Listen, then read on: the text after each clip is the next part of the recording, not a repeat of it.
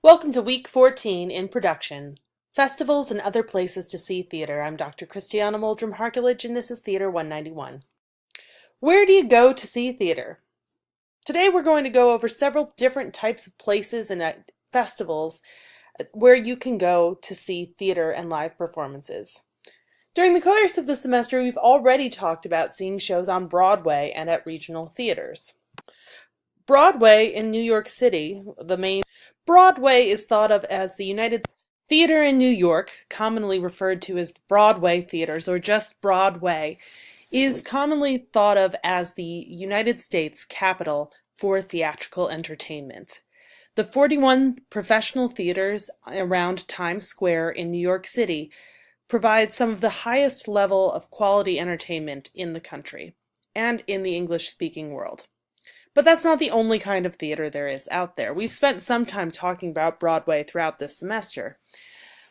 There are also opportunities to go to the theater in pretty much every major city and minor city throughout the United States. What we have is known as regional theaters. So in Cincinnati, we have things like the Cincinnati Shakespeare Theater or Cincinnati's Playhouse in the Park down here. There's also the Aronoff Center, and I'll talk a little bit more about what that does in a moment. And finally, over here, is the theater complex in Cleveland, which is mostly to point out that you can see professional theater throughout the United States and on Broadway in New York, but you don't have to go to Broadway to see professional theater. Often we'll talk about presenting theater versus producing theater and profit versus non-profit. So here's a little bit of a background in that.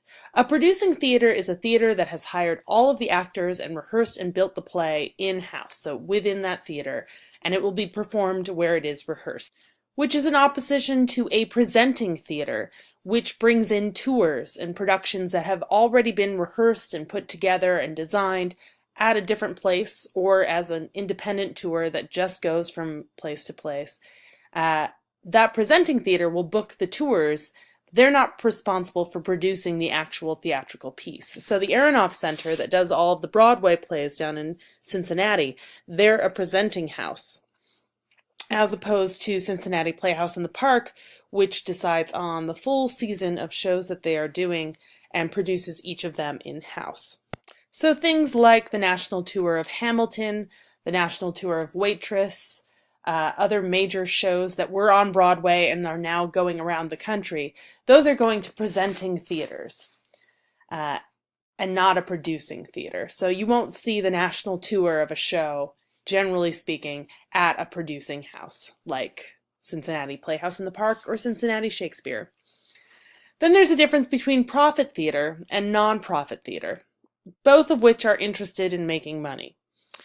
So profit theater is often, most of the houses on Broadway are for-profit theater, commercial theater.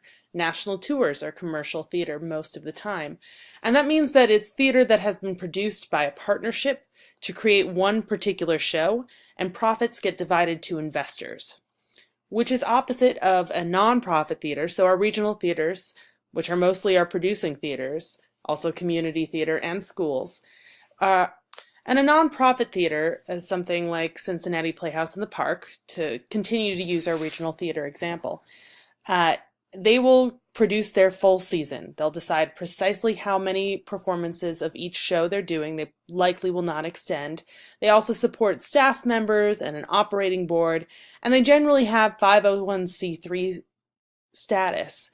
And they have an obligation to educate and engage with the public around them.